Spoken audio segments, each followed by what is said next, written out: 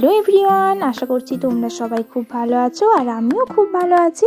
আর আমি এই ভিডিওটা করেছিলাম সরস্বতী পুজোর আগের দিন। এই আলপনাগুলো আমি কলেজ থেকে বাড়ি এসে তারপর সব আলপনাগুলো নিজেই দিয়েছি, কারণ সরস্বতী পুজো বলে কথা, আর আলপনা আমি দেবো না? অল্প সময়ের মধ্যে যতটা পেরেছি আমি আলপনা দেওয়ার চেষ্টা করেছি। তারপরে এই ভিডিওটা করেছিলাম পরের দিন সকাল সকাল আমাদের ঠাকুরমশাই চলে এসেছে, আর খুব তাড়াতাড়ি ওই 7টার মধ্যে পুজোতে বসে গেছে সবাই। আমাদের বাড়িতে যতই তাড়াতাড়ি ঠাকুরমশাই আসুক না কেন, আমরা ঠিক সব কিছু তাড়াতাড়ি কমপ্লিট করে রেখে দিই, কারণ সবাই মিলে যেহেতু কাজ করি, মা কাকিমণি সবাই রয়েছে, তাই খুব একটা দেরি হয় না।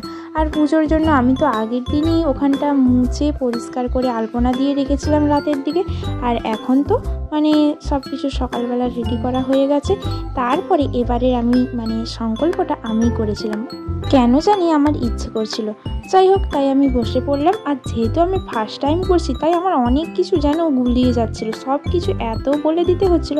এইভাবেই পুজোটা কেটে গেল।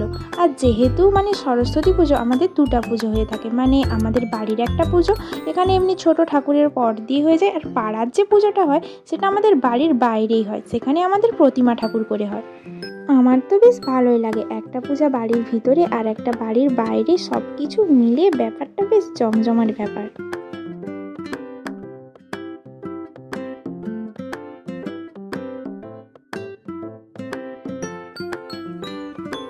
তারপর এখন 11টার মতো বাজে। পূজা কমপ্লিট হয়ে যাওয়ার পরে আমি আবার বেরিয়ে পড়লাম। তখন তো তাড়াহুড়ো করে খুব একটা সাজগোজ করতে পারিনি, এখন ভালো করে সেজে গুজে ভাইদের সঙ্গে যাব ঠাকুর দেখতে।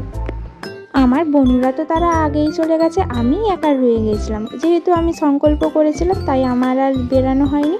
তাই আমি ভাবলাম এই 11টার দিকে ভাইদের নিয়ে একটু বেরিয়ে পড়ি। এরাই হলো আমার সাইকেলের সঙ্গে। তারপরে আমাদের এখানে সামনে ঠিক না, একটু দূরেই বলতে পারো, একটা পূজা হচ্ছিল মিশনে, ওখানে চলে গেলাম। তারপর আমার মাসির সঙ্গে দেখা হয়ে যায়। তারপরে কয়েকটা সেলফি ছবি তুলে এখন আমরা দই খাবো। যেহেতু এরা এসেছে বাচ্চা কাচ্চা, এদের কিছু না খাওয়ালে হয়, এদের আবদারে আমরা দই খেয়ে আবার চলে গেলাম ঠাকুর দেখতে। তারপরে আবার এখানে এই ঠাকুরটা আমার বেশ ভালো লেগেছে, কারণ এই ঠাকুরের শাড়িটা পিঙ্ক আর বেগুনি।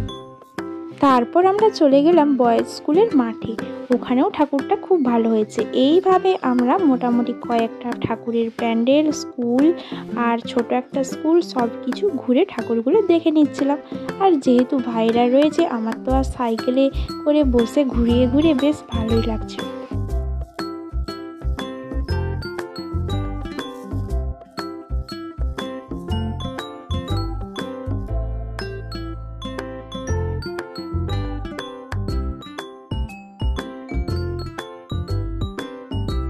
তারপর আমরা প্রসাদ খেয়ে চলে গেলাম আরও ঠাকুরগুলো দেখতে।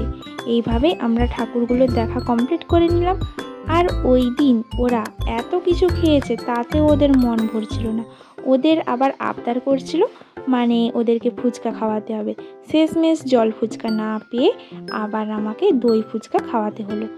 তারপর বাড়ি এসে দেখি এখনও আমাদের বাড়ির বাইরে আমাদের যে পাড়ার পূজা, সেটা এখনও কমপ্লিট হয়নি। তারপরে এখানে প্রতিমা পূজা হচ্ছে। এভাবেই সারাদিন কেটে গেল। আশা করছি ভিডিওটা তোমাদের ভালো লাগবে। আরও নতুন ভিডিও পেতে হলে প্লিজ তোমরা আমার চ্যানেলটা সাবস্ক্রাইব করো আর আমার পাশে থেকো। আজকের মতো টাটা, বাই বাই। সবাই ভালো থেকো, সুস্থ থেকো। আর ওই দিনের তোলা কয়েকটা ভালো ছবি গ্যালারি থেকে তোমাদের সঙ্গে শেয়ার করলাম। প্লিজ তোমরা সবাই ছবিগুলো দেখে নিও। আমার ভাইদের সঙ্গে, কিউট কিউট ভাই আমার, তাদের সঙ্গে ছবিগুলো কেমন হয়েছে।